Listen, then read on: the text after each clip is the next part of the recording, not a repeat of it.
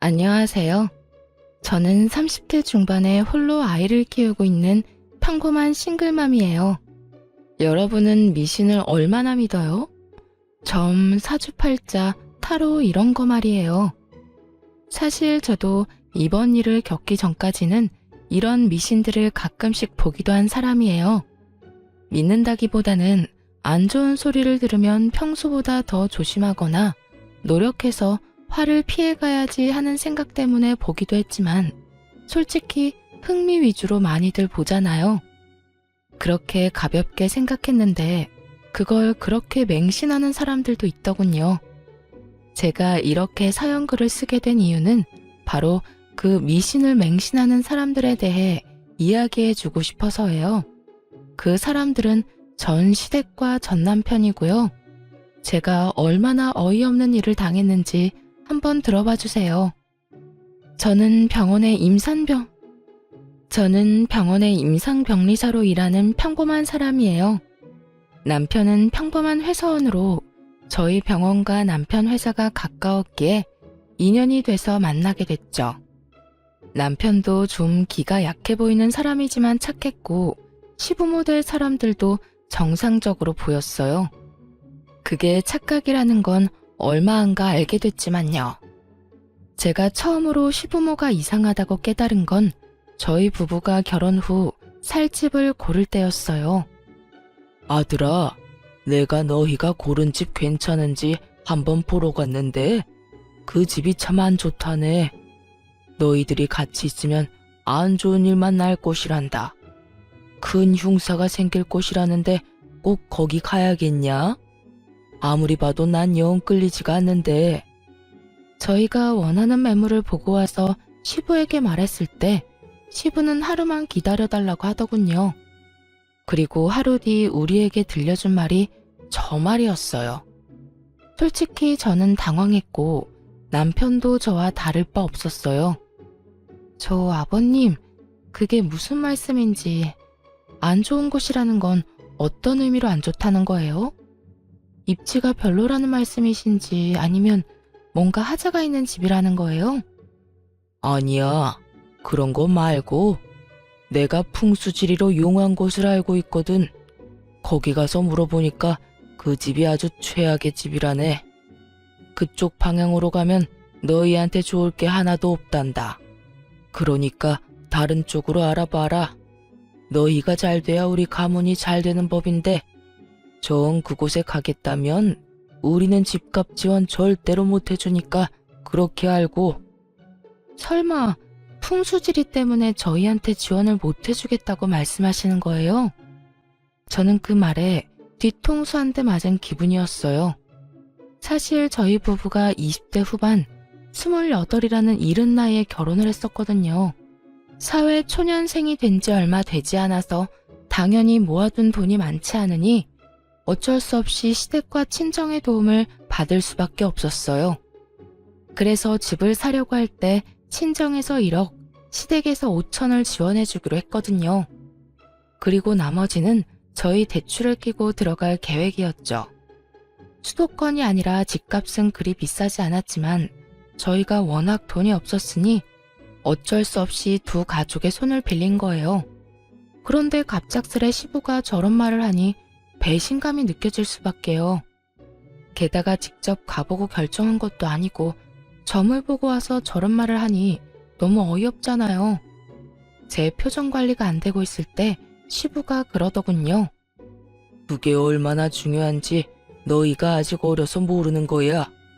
모름지기 사람은 좋은 기운을 품고 살아야 하는 법이지. 그래서 내가 풍수들이 잘 아는 사람 데리고 너희 신혼집에 어울릴 만한 집을 찾으러 다녀보고 왔거든. 내가 눈여겨본 곳이 있는데 한번 가보자꾸나. 너희가 고른 집은 풍수지리에도 안 맞고 누가 들어가도 나쁜 터라고 하더라고. 그러니까 길한 곳도 한번 보고 오는 게 좋지 않겠냐. 그래야 너희 생각도 바뀔 거 아니냐. 좋은 의도라는 건 잘 알겠어요. 하나뿐인 아들 내외를 좋은 집에서 누구보다 길한 곳에서 보금자리를 꾸며주고 싶은 그 마음. 정말 솔직히 이런 형태가 아니었다면 고마워서 눈물이 났겠죠. 그런데 이건 좀 아니잖아요. 게다가 시부가 보내준 주소를 보니 눈앞이 캄캄했어요. 직장과는 너무 먼 데다가 지은 지 오래된 집이었거든요. 게다가 찍어준 사진만 봐도 리모델링 비용이 얼마나 나올지 예측이 불가할 만큼 허름했어요. 솔직히 그 사진을 보고 나니 시부가 일부러 점집이나 풍수지리 이야기를 꺼낸 줄 알았어요. 비싼 집 안 보내려고 저러는 거구나 하고. 그렇지만 시부가 그것도 돈도 지원해줄 사람이 가자는데 거절할 사람이 어디 있겠어요? 결국 울며 겨자 먹기로 시부를 따라 나섰죠. 저희 부부는 이후에 다른 곳에 갈 일이 있어서 시부와는 차를 따로 타고 갔어요. 남편 차 타고 가는 길에 순간 그 근처에 살고 있는 친한 간호사가 생각났어요.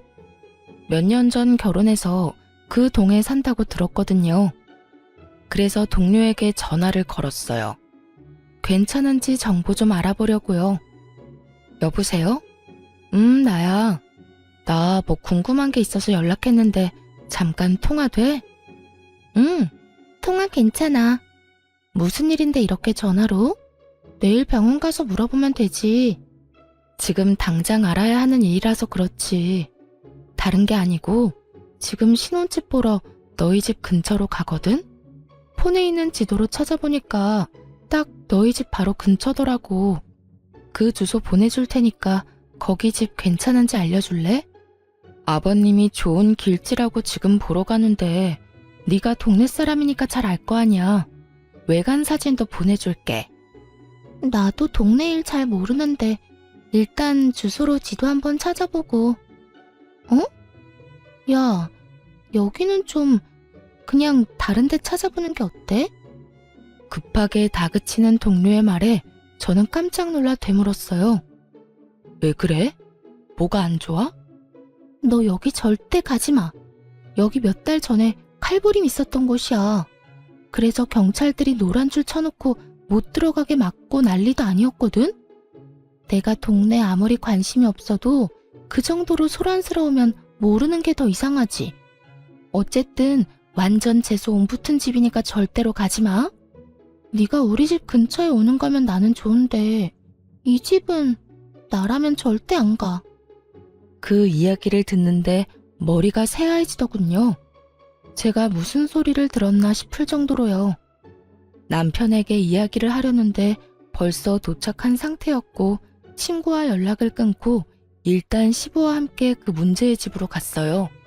그 집 앞에는 남자가 한 사람 서 있었는데 소개로는 공인중개사라고 하더군요. 그렇게 시부와 함께 저희도 일단 집에 따라 들어갔죠. 사실 집 자체는 사진으로 보는 것보다는 덜 더러웠어요. 그렇다고 고칠 곳이 없다는 건 아니었지만 매매가를 아낀다면 리모델링에 충분히 돈을 쓸 수 있으니 그 부분은 다행이라고 생각했죠. 물론 그 집에 들어가겠다고 가정을 했을 때 말이죠. 저는 이곳에 들어갈 생각이 이미 눈꼽만큼도 없었거든요. 집을 둘러보는 내내 시부는 이 집이 얼마나 길한지, 빛과 채광이 얼마나 좋은지, 기운이 얼마나 좋은지를 귀에 딱지가 않도록 주절거렸어요.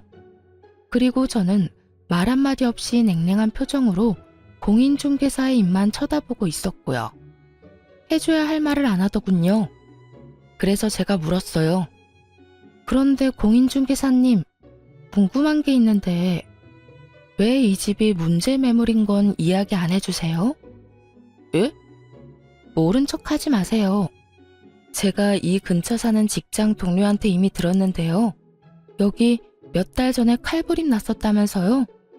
그래서 경찰들 와서 난리도 아니었다는데 설마 그걸 모르셨던 건 아니죠? 제 말에 남편과 시부의 얼굴이 확 일그러지더군요. 저는 일부러 시부 보는 앞에서 공인중개사를 더 추궁했어요. 솔직히 말이 안 되잖아요. 중간에 다른 사람이 살았던 것도 아니고 그렇게 큰일이 있었는데 저희가 매매 계약하고 나서 이 사실을 알았으면 얼마나 찝찝했겠어요? 저희는 아무리 돈 없어도 이렇게 재수없는 집은 안 들어가요. 저희 아버님이 풍수질이랑 기운에 얼마나 민감한지 모르시죠? 오늘도 좋은 곳이라고 해서 왔는데 이런 식으로 사람 속이시면 그게요. 그런 일이 있기는 했는데 시간도 좀 오래되기도 했고 무엇보다 매물이 워낙 싸지 않습니까? 이 정도 번화가에 이 가격이면 솔직히 거저나 다름없죠. 아무리 돈을 적게 줘도 문제 있는 곳이면 이야기는 해줬어야죠. 그리고 지역 신문에 날 정도면 엄청 큰일이죠. 제 직장 동료가 바로 이 근처 살거든요. 집 주소 알려주니 단번에 알던걸요. 아무리 풍수지리가 좋고 길지면 뭐예요? 딱 봐도 재수 안 붙은 집이잖아요. 아버님, 저희 이런 집에 들어가게 하실 생각이셨어요? 제가 경악스럽다는 표정으로 묻자 그제서야 시부가 당황하더군요. 언제나 미신을 그렇게 따지면서 우리에게 완전 안 좋은 일이 있었던 집에 들어가라고 강제로 들이민 거나 마찬가지잖아요. 제 물음에 시부가 손을 내저으며 변명하더군요. 그럴 리가 있겠냐? 나는 다 너희 좋은 곳에서 살았으면 해서 그런 거지. 나한테 그런 나쁜 마음 같은 건 없었어. 오해다. 진짜 오해야. 그런데 공인중개사 양반, 진짜 그런 일이 있었던 게 맞습니까? 왜 저번에는 저한테 그런 이야기를 안 해줬어요? 저번에는 오셨을 때 두 분이서만 이야기하셨잖아요. 제가 뭐라고 이야기하려고 하면 모르는 사람은 좀 빠지라고 하시더니 설명을 해주려고 해도 싫다고 할 때는 언제고. 그래도 이 매물은 그 부분만 빼면 다 좋잖아요. 건물이 낡았지만 전기나 가스, 수도 같은 건 문제 하나도 없고 동네가 더럽고 허름한 것도 아니고 지하철역하고 멀지도 않으니까. 그리고 무엇보다 매매가가 이 근방에서 찾아보기 힘들 만큼 싸잖아요. 요새는 일부러 싼 곳 찾아오는 사람들도 많아서. 이 사람이? 우리 아들이랑 며느리는 이제 막 결혼해서 마련하는 첫 번째 집인데 이런 집에 어떻게 들어가? 말이 되는 소리를 해야지. 이런 집이라는 거 알았으면 내가 반대했을 거야. 되려 호통치는 시부의 그 모습에 저는 속으로 코웃음을 쳤어요. 이 집에 와서 확인해보라던 시부가 할 말은 아니잖아요. 여기까지 끌고 온 게 본인이면서 애꿎은 공인중개사만 혼내고 있으니 어이가 없었죠. 그리고 한편으로는 안심도 됐어요. 이런 집에 들어가라고 할 리도 없을 테니까요.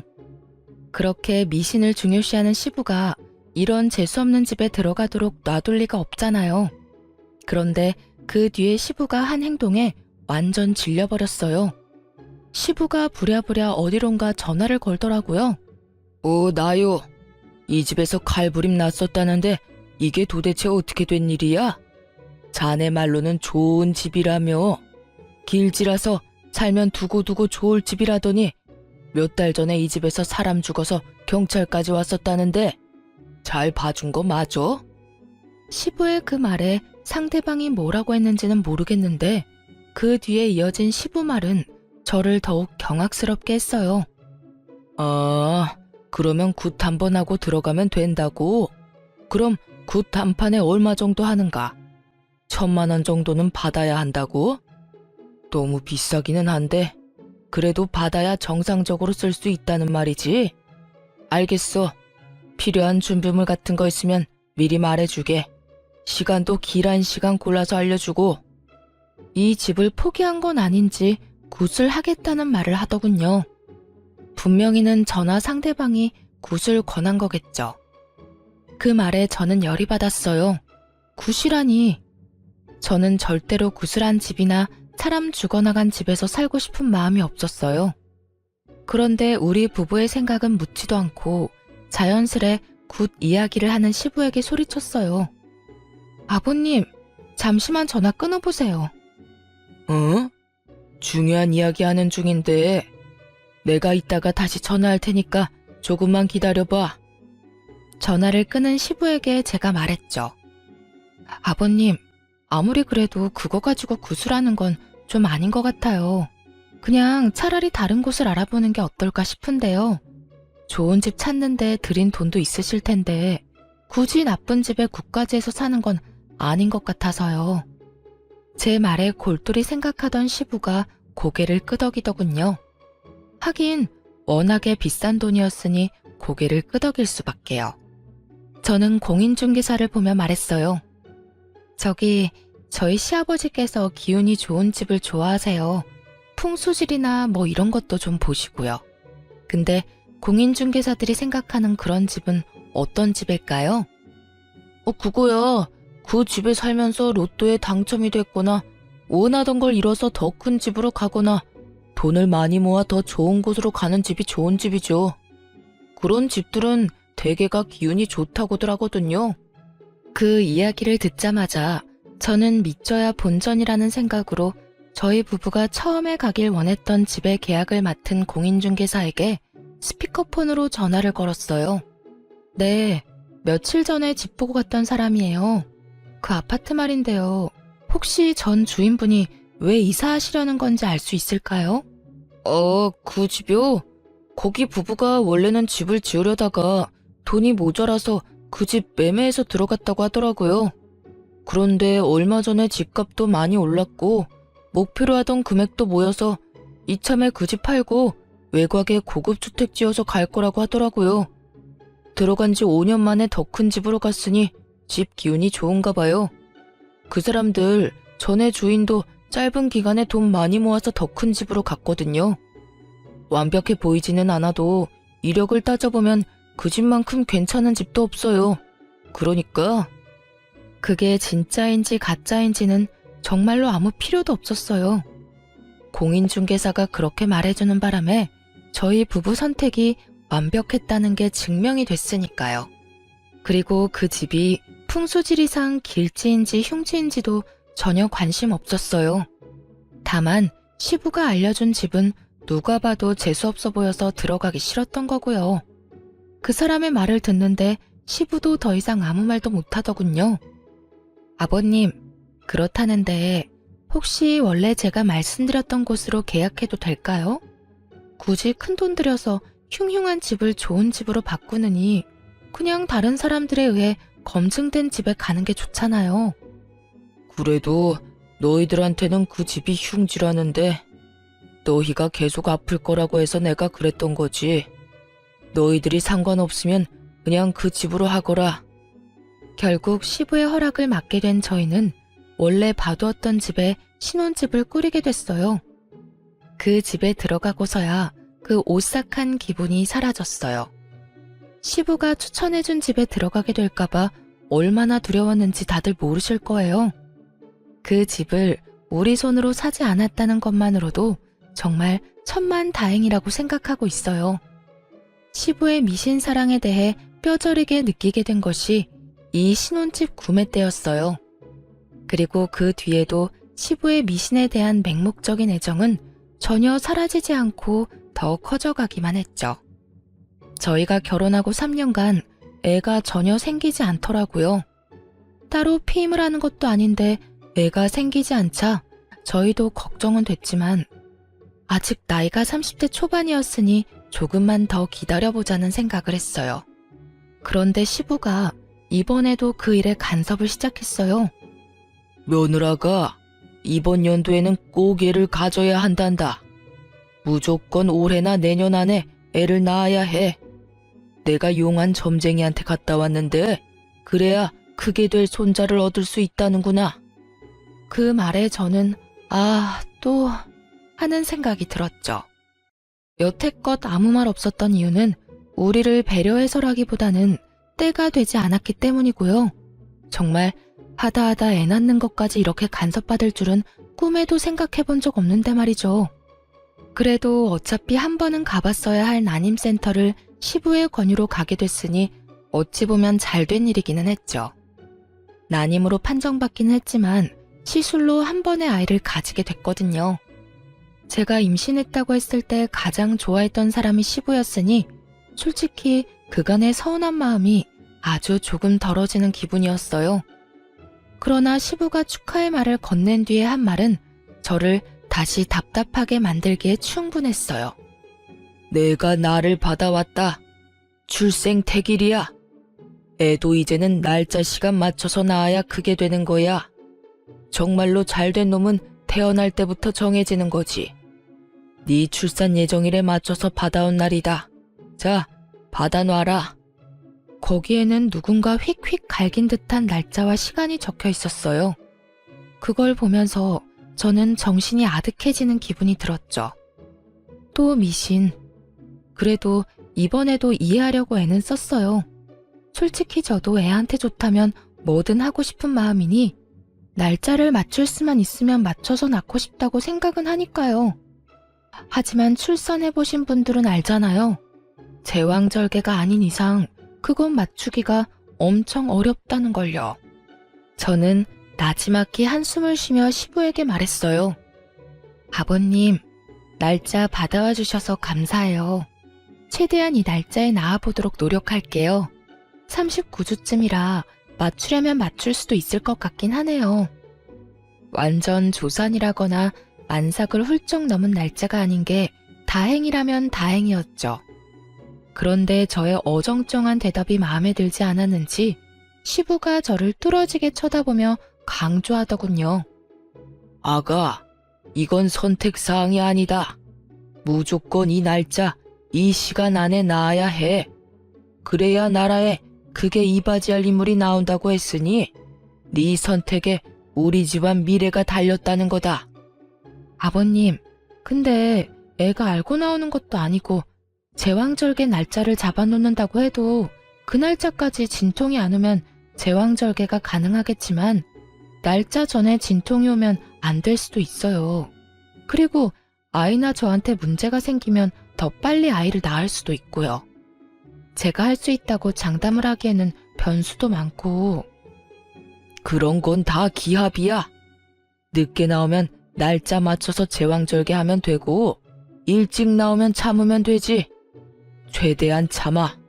날짜 전까지 걷기 운동은 좀 피해. 그거 하면 일찍 나온다는 말이 있으니까. 무슨 애 하나 나오는데 집안의 미래까지 생각해요? 어떤 운명을 타고나든 잘 키우면 될 것을 애를 어떻게 키울지 상의하는 것도 아니고 좋은 날짜 시간만 받으면 노력하지 않아도 큰 사람으로 자랄 거라는 생각 자체가 얼마나 아니란 건지 아무도 지적하지 않더군요. 저는 더 이상 논쟁하고 싶지 않아서 알겠다고 말하고 시댁에서 나왔어요. 그 뒤로 시댁에는 일부러 발걸음을 자주 하지 않았어요. 그 대신 전화는 자주 짧게 했죠. 그래야 우리에게 얼굴 보자고 하지 않을 테니까요. 그렇게 거리를 두는 사이 점점 분만 예정일이 다가오기 시작했어요. 직장의 출산, 육아휴직을 위한 대체자를 구하지 못한 터라 38주가 될 때까지 꽉꽉 채워서 일을 했어요. 그리고 39주, 시부가 선택한 출산 태기를 하루 앞두고 결국 진통이 시작됐어요. 사실 이슬은 더 일찍 비쳤지만 통증이 없으니 병원에서는 오지 말고 진통 시작하면 오라고 했거든요. 그래서 기다렸던 건데 결국 얼마 지나지 않아 진통이 시작되더라고요. 일단 남편과 병원으로 향하는 내내 애가 잘못되지는 않을까 하는 생각만 했어요. 그리고 처음으로 아이를 낳는 두려움만 가득했죠. 그렇게 병원에 갔더니 문이 많이 열려서 지금이라도 힘을 줘야 한다고 하더군요. 게다가 애가 배 위에서 아래쪽으로 이미 내려오고 있는 상태라 힘을 줘서 빼내는 것만 남았다고 하더군요. 70% 진행된 상태라 무통도 못 맞는다고 하더군요. 출산 태기를 24시간 앞둔 시간이었어요. 저는 날짜 같은 건 생각도 안 났어요. 의사 선생님이 하는 말을 들으며 고개만 끄덕였죠. 비상 상황에 믿을 수 있는 사람은 의사뿐이니까요. 그렇게 모든 준비를 끝내고 진통으로 애를 밀어내고 있는데 남편이 자기 폰을 제 귀에 대어주더군요. 귀에 들리는 건 시부의 목소리였어요. 아가, 좀만 힘내라. 절대로 애를 일찍 낳으면 안 돼. 무조건 시간 끌어야 한다. 지금 낳으면 완전히 우리 집안 쪽박 차는 거야. 내일 낳아야 돼. 시간은 못 맞추더라도 날짜는 내일 날짜로 맞춰야 돼. 죽어있던 배에 힘이 쑥 빠지는 소리였죠. 이 상황에 참으라니. 뱃속이 지금 엉망진창이고 통증으로 정신도 오락가락하는 상황에 저런 말을 하는 시부도 참 대단한 사람이긴 했죠. 분만 직전이라 이 안쪽까지는 들어오지 못하고 시부는 밖에서 남편을 시켜 제게 계속 압박감을 불어넣었어요. 거기다 간호사와 의사까지 난처한 표정으로 남편에게 와서 말하더군요. 밖에서 보호자분께서 지금 막무가내예요. 나가서 진정 좀 시켜주세요. 지금 제왕절개가 안 될 정도로 자궁문이 많이 열린 상태라 어차피 자연분만 해야 합니다. 밖에서 할아버님이 내일까지 출산을 미뤄달라는데 그러면 아이도 산모도 위험해요. 위험하다고 말씀을 아무리 드려도 안 된다고 난리를 치시는데 저희는 생명을 위험하게 만드는 사람이 아니잖아요. 보호자분이 밖에 나가서 정리 좀 해주셔야 될 것 같은데요. 딱 들어도 의사 화가 많이 난 목소리였죠. 병원에서 일하고 있는 저도 자주 보거든요. 바빠 죽겠는데 진상 환자가 있으면 짜증이 2배가 아니라 10배로 늘어난다는 걸요. 게다가 환자도 아닌 보호자 때문에 환자까지 위험하게 생겼으니 그 위험에 따른 불안감도 한몫할 거고요. 그런데 웃긴 건 남편이 멀뚱하게 서 있던 거였어요. 당신 뭐해?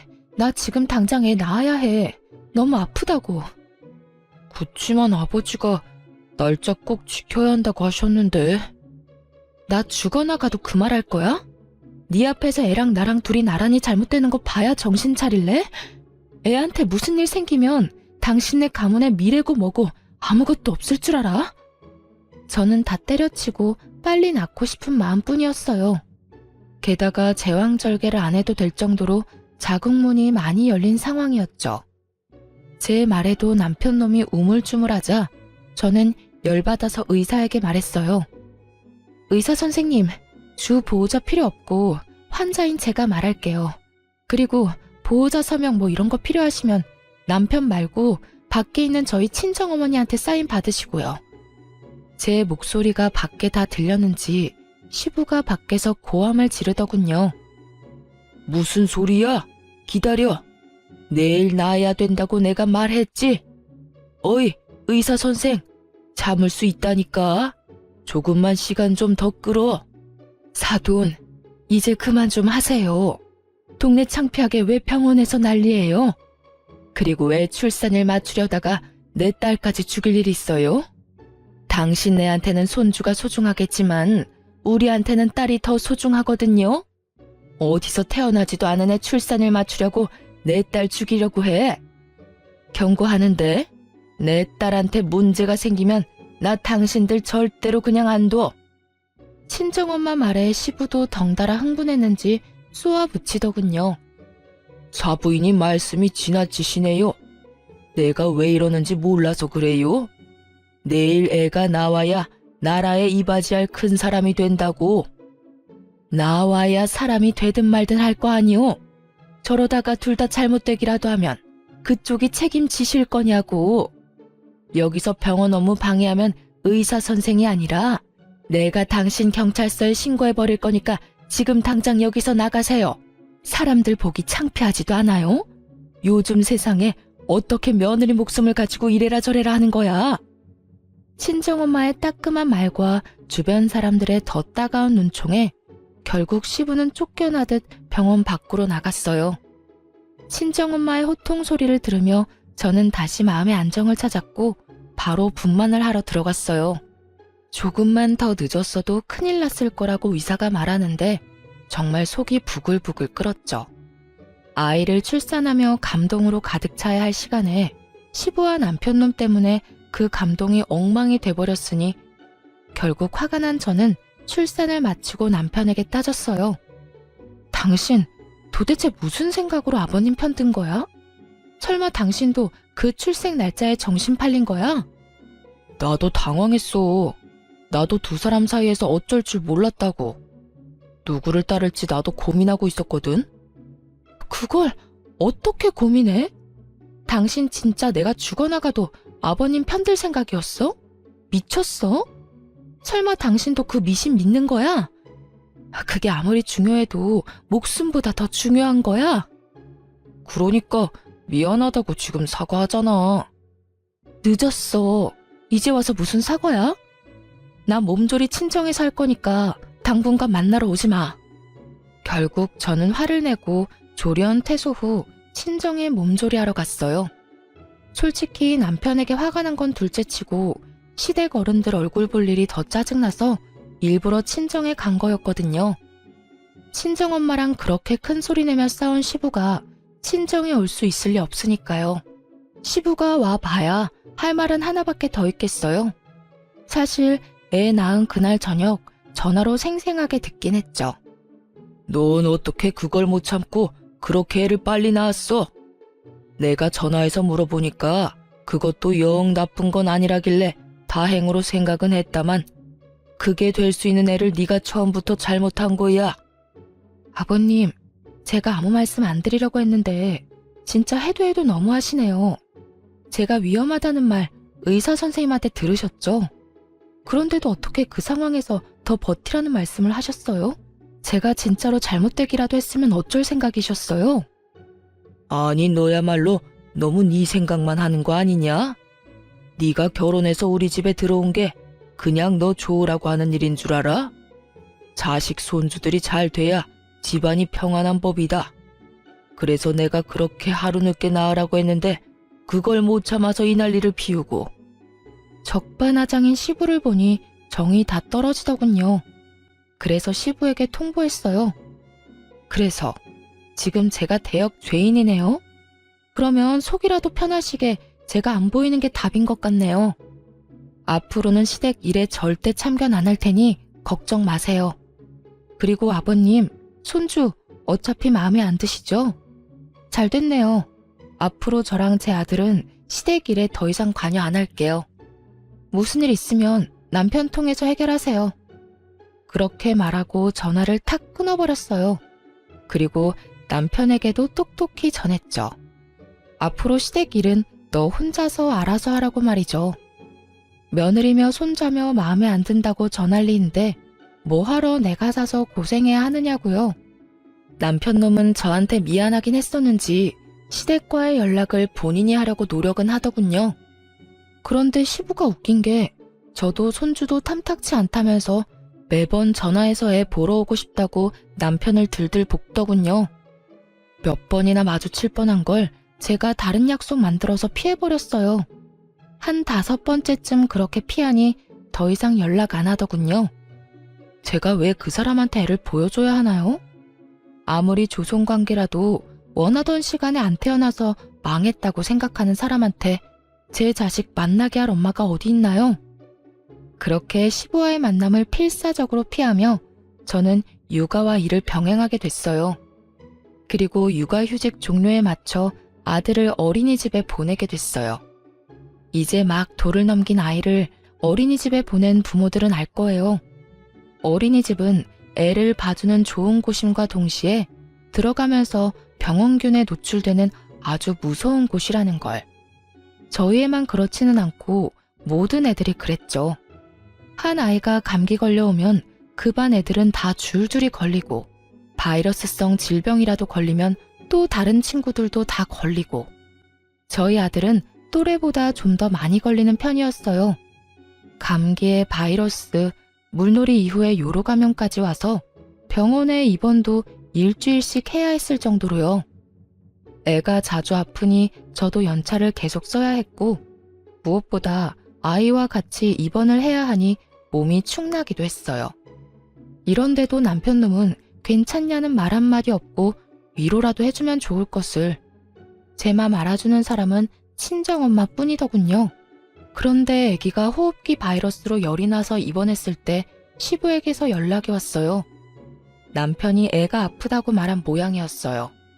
전화를 받았는데 시부 이야기에 화가 확 치밀었죠. 손주 아픈 거 애 사주 때문에 그렇단다. 그러게 내가 뭘 했냐? 하루만 더 버티라고 했지. 그랬으면 잔병 치레도 안 하고 잘 컸을 텐데 네가 그걸 못 참는 바람에 애가 약하게 태어났잖아. 뭐 이미 애가 그렇게 나온 건 어쩔 수 없고 내가 그 문제는 이미 방법을 찾아놨으니 나중에 너 나랑 같이 어디 좀 가자. 느낌이 쎄했죠. 그 어디가 그저 평범한 곳일 거라는 생각은 전혀 들지도 않았죠. 어디를 가자는 말씀이세요? 신방. 용한 점쟁이가 그러는데 그거 한 번만 받으면 싹 다 낫는단다.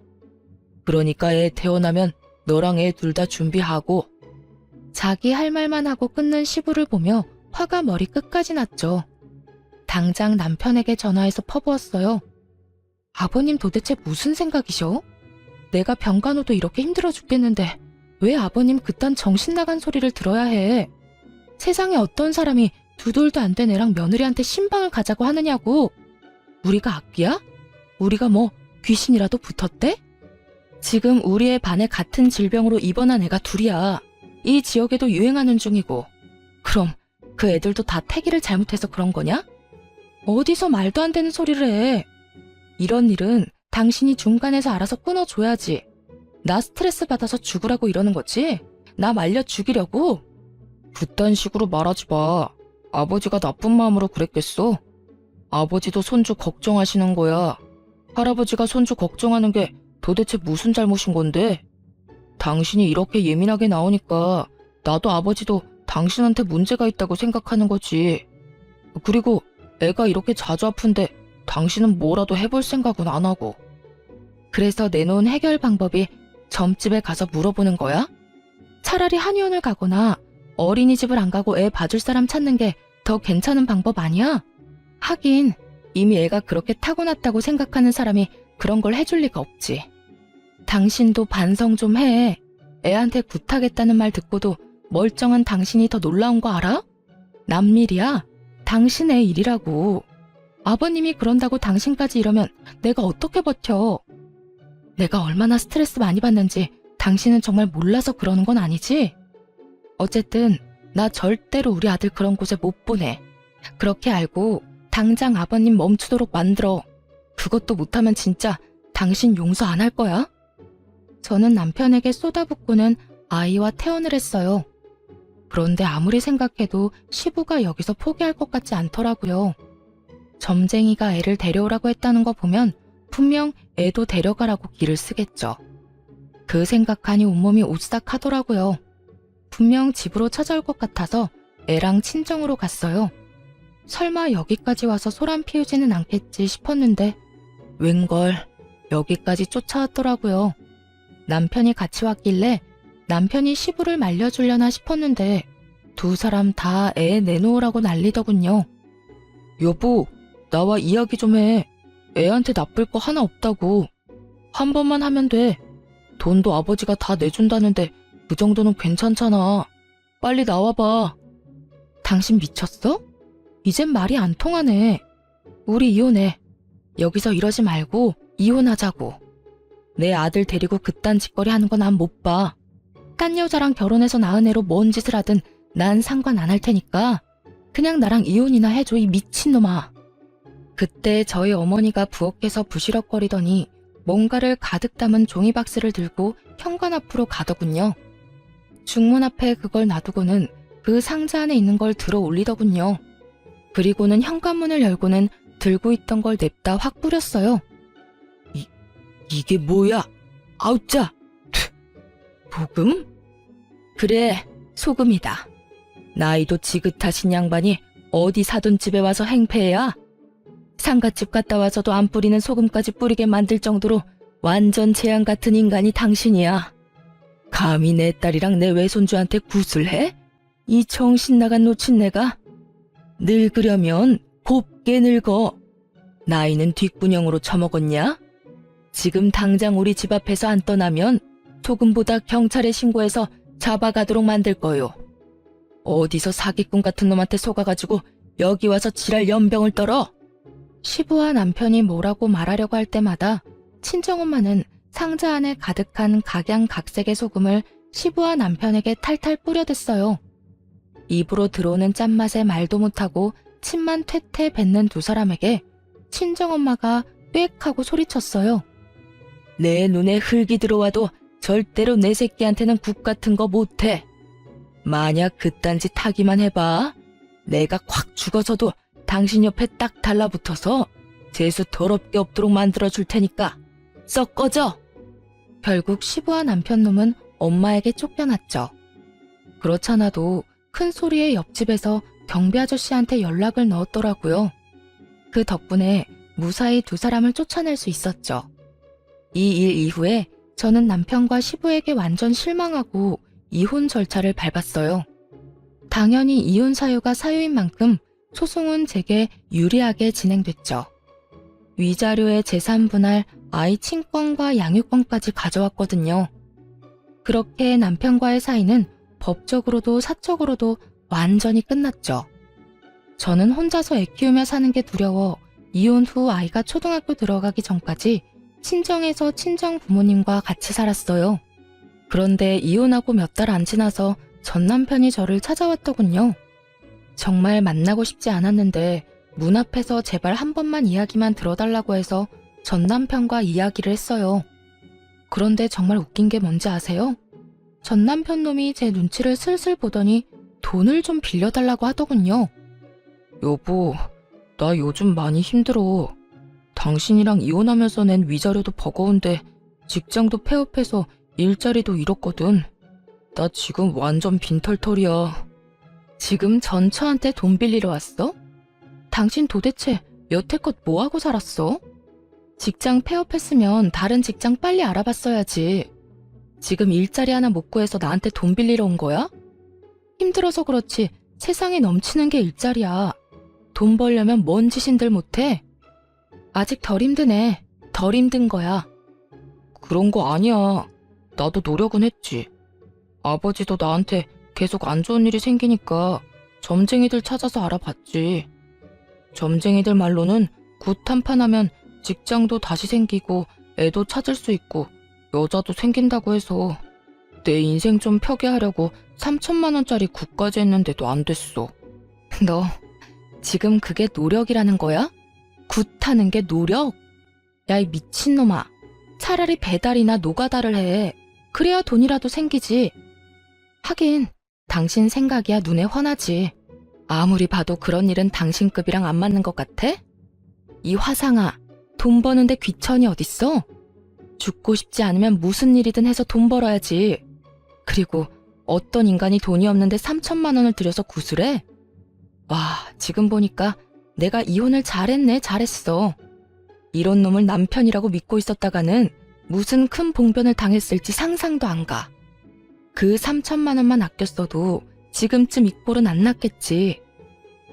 여보, 나 진짜 심각하다고. 진지하게 생각 좀 해봐.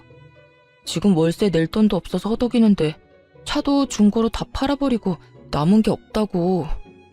눈물을 질질 짜면서 제게 하소연하는 전 남편 놈을 보니 정말 우라통이 터지더군요.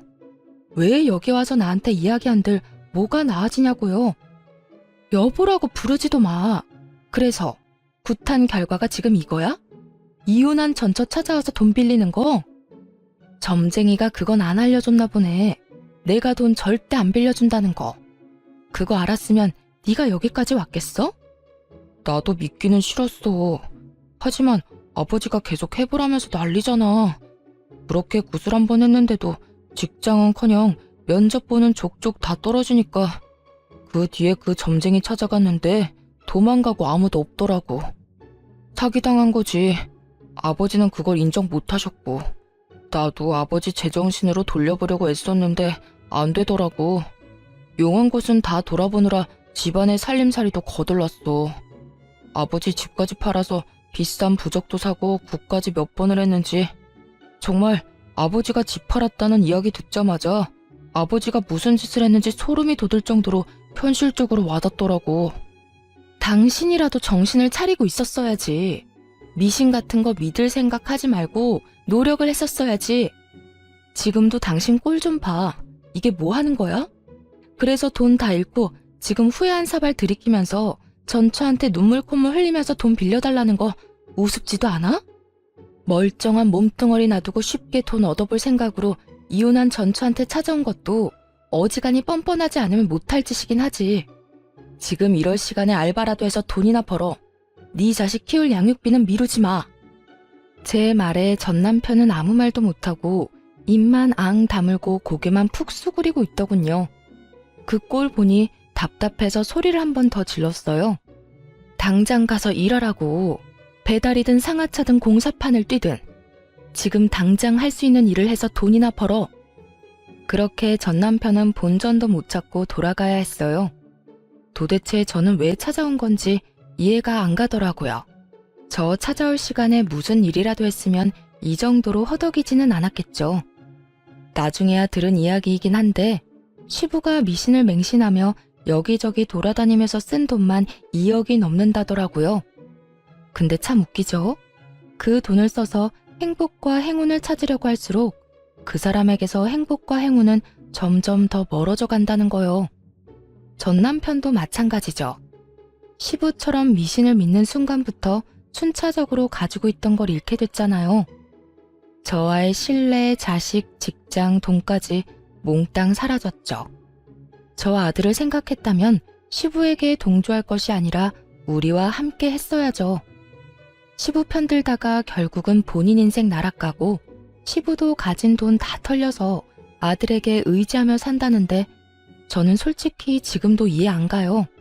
시부가 왜 그렇게 맹목적으로 그런 것들을 믿었는지. 이혼 이후로는 절대 미신에는 눈길도 안 줘요.